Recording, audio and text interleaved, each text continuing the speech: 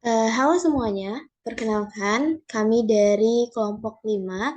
Kali ini akan sedikit membahas mengenai aplikasi diagram TX sistem biner pada konsep destilasi.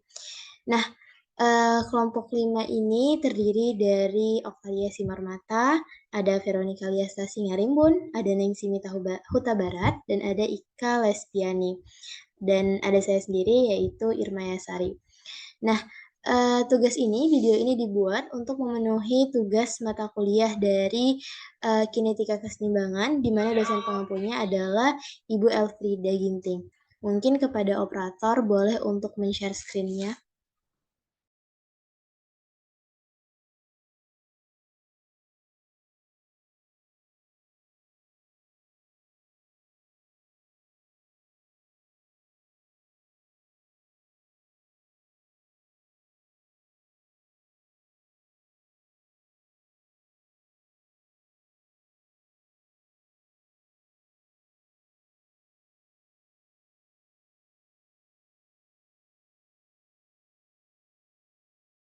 Oke, nah ini dia mengenai aplikasi diagram PX sistem biner pada konsep destilasi, di mana dosen pengampunya adalah Ibu Elfrida Ginting, SSI MSc PhD, di mana kali ini yang akan memaparkannya adalah dari kelompok 5 PSPK 21E.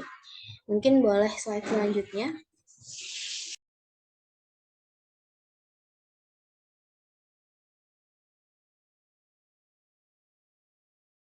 Sebelum masuk ke pembahasan mengenai aplikasi diagram TX pada sistem biner pada konsep destilasi, kita harus mengetahui dulu apa itu diagram fase. Nah, jadi semuanya mungkin beberapa di antara kita pernah mendengar mengenai diagram fase atau mungkin sudah mempelajarinya di dunia perkuliahan maupun di dunia persekolahan. Nah, mengenai diagram fase, itu adalah sejenis peta dua dimensi yang menunjukkan fase atau biasa disebut fasa, yang mana fase ini akan stabil dalam kondisi tertentu. Nah, kalau dalam fisika, mineralogi, dan teknik material, diagram fase ini adalah sejenis grafik yang digunakan untuk menunjukkan kondisi kesetimbangan antara fase-fase yang berbeda dari satu zat yang sama. Boleh mungkin slide selanjutnya. Nah, untuk mengenai apa itu diagram fase TX, akan dijelaskan atau dipaparkan oleh teman kita selanjutnya, yaitu Saudari Nengsi. Mungkin kepada Saudari Nengsi, layar dan waktu dipersilahkan. Baik, saya akan melanjutkan pada diagram fasa TX.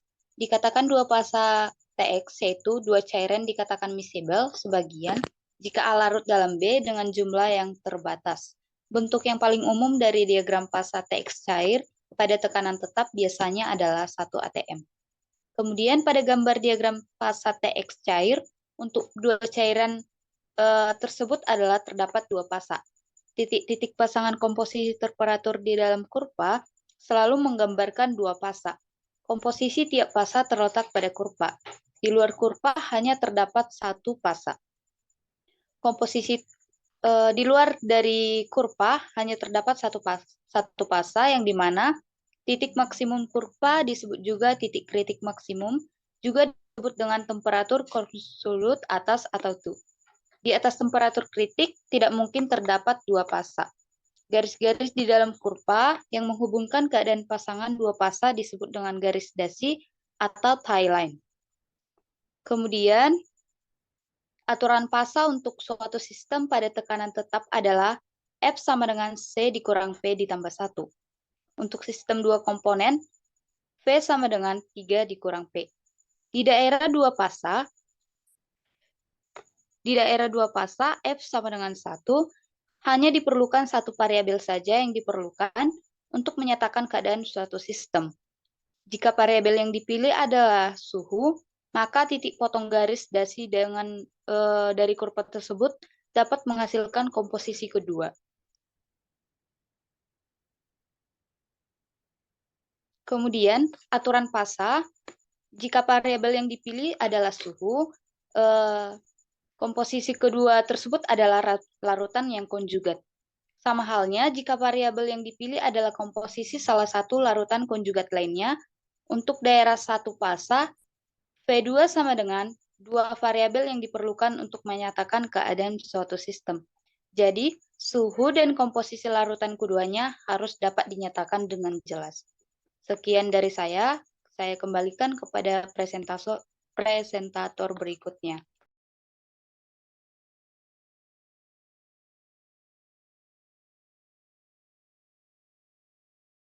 Baik, terima kasih kepada saudari Nengsi, atau bisa kita sebut dengan Kak Nengsi. Mungkin selanjutnya akan dilanjutkan oleh rekan kita selanjutnya, yaitu saudari Ika Lesbiani. Mungkin kepada Ika boleh nih dipersilahkan layar dan tempatnya. Baik, di sini saya akan memaparkan materi tentang aturan pada fasa. Aturan fasa untuk suatu sistem pada tekanan tetap adalah F sama dengan C dikurang P tambah 1. Untuk sistem dua komponen adalah F sama dengan 3 dikurang P. Di daerah dua fasa, F sama dengan 1, hanya diperlukan satu variabel saja untuk menyatakan keadaan sistem. Jika variabel yang dipilih merupakan suhu, maka titik potong garis dasi dengan kurva menghasilkan komposisi kedua larutan konjugat. Sama halnya jika variabel yang dipilih adalah komposisi salah satu larutan konjugat lainnya. Untuk daerah satu fasa atau F sama dengan 2, ada dua variabel yang diperlukan untuk menyatakan keadaan sistem. Jadi, pada suhu dan komposisi larutan, duanya harus dinyatakan dengan jelas. Di sini kami memaparkan dua buah gambar, yaitu pada bagian A, yaitu air tritilamina. Di sini ada terdiri dari dua fase, yaitu daerah satu fase dan daerah dua fase. Pada gambar ini, 0 derajat sampai 20 dikatakan daerah satu fase, sedangkan pada 20 sampai 80 derajat dia merupakan daerah dua fase. Sedangkan pada gambar bagian B, yaitu air nikotil, daerah satu fasenya terdapat pada 0 derajat sampai 60, sedangkan pada daerah dua fase 60 derajat sampai 210 yang membentuk sebuah lingkaran. Sekian pemaparan materi dari saya kembalikan kepada moderator. Baik, terima kasih ya Kak Ika mengenai pemaparannya. Mungkin selanjutnya boleh kita lanjutkan dengan Kak Vero yang akan memaparkan mengenai pemaparan selanjutnya. Kepada Kak Vero mungkin dipersilakan. Baik, terima kasih banyak atas kesempatannya, moderator. Di sini saya akan melanjutkan presentasi. Nah, subtopik yang akan saya jelaskan adalah destilasi, di mana destilasi merupakan proses pemisahan senyawa cair yang didahului dengan penguapan senyawa cair dengan memanaskannya.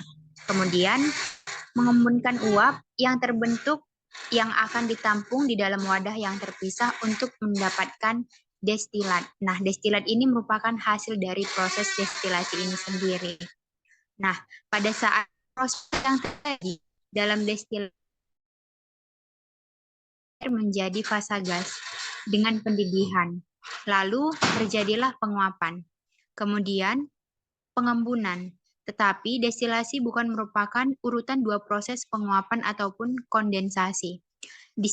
Di mana di sini tekanan uap merupakan suatu sifat-sifat dari zat cair yang tergantung pada suhu dan selalu bertambah dengan kenaikan suhu. Destilasi ini dilakukan untuk memisahkan larutan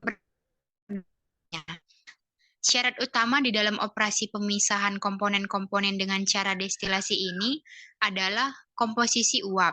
Nah, jadi komposisi uap ini harus berbeda dengan komposisi cairan dengan terjadi kesetimbangan larutan-larutan dengan komponen-komponennya yang cukup untuk dapat menguap.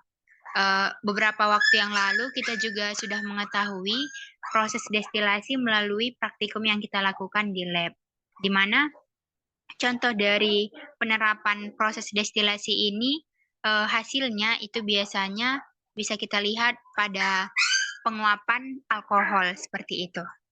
Ataupun contohnya pemurnian minyak tanah. Terima kasih, saya kembalikan kepada moderator. Wah, terima kasih ya Kak Vero, langsung dikasih contohnya tuh. Mungkin selanjutnya kita beralih ke Kak Oktalia nih. Mungkin kepada Kak Oktalia atau Kak Lia dipersilakan.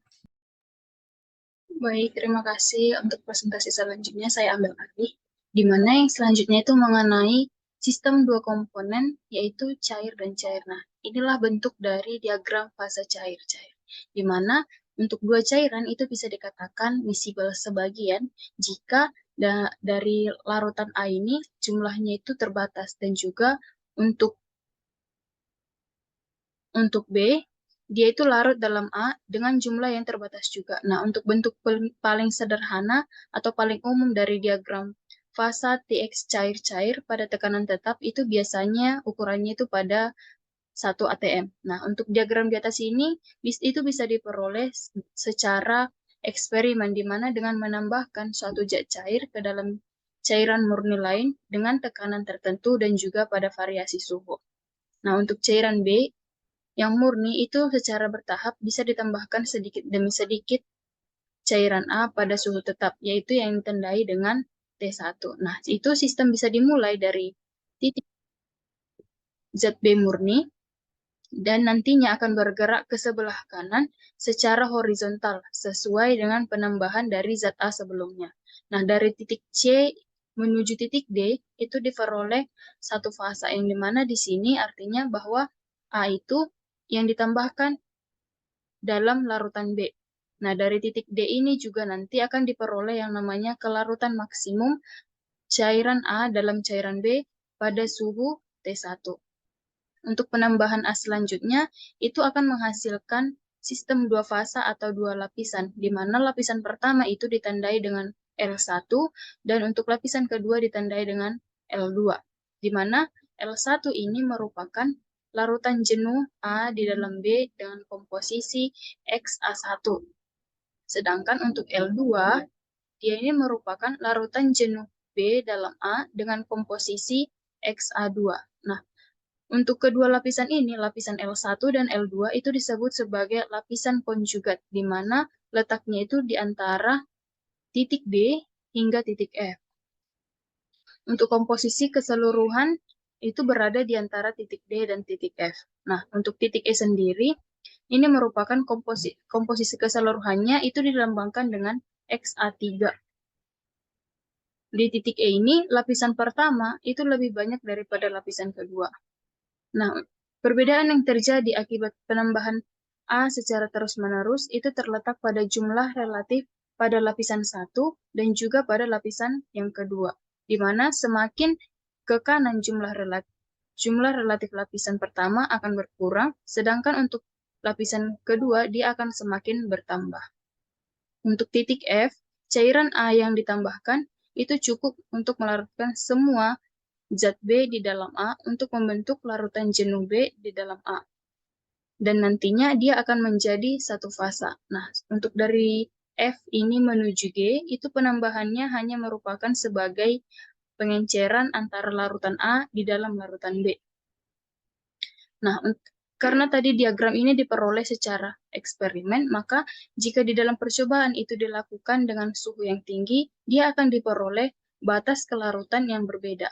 Yang dimana di sini dimaksudkan bahwasannya semakin tinggi suhu, maka kelarutan masing-masing komponen satu sama lain akan semakin meningkat, sehingga daerah fasa itu akan semakin menyempit. Sekian presentasi dari saya kembalikan kepada moderator.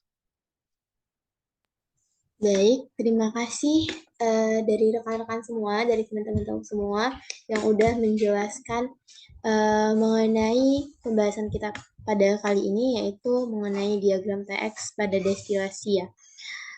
Mungkin itu tadi pemaparan singkat dari kami mengenai topik tersebut. Lebih kurangnya kami mohon maaf, dan untuk lebih jelasnya lagi, untuk lebih kompletnya lagi, kita bisa sama-sama menyimak penjelasan dari dosen pengampu kita masing-masing pada saat perkuliahan. Dan saya yakin bahwa apapun yang kami sampaikan di sini tidak sepenuhnya konkret, tidak sepenuhnya sesuai dengan pembahasan, karena kami pun masih sama-sama belajar. Jadi kalau misalnya rekan-rekan, teman-teman ada ilmu baru, ada pengetahuan yang lebih lagi mengenai ini, boleh banget untuk kita saling share. Dan semoga hal-hal positif ilmu-ilmu yang tadi disampaikan bisa sama-sama kita share dan kita aplikasikan di dalam kehidupan kita. Mungkin itu tadi pemaparan kami dari kelompok 5. Sampai jumpa. Terima kasih.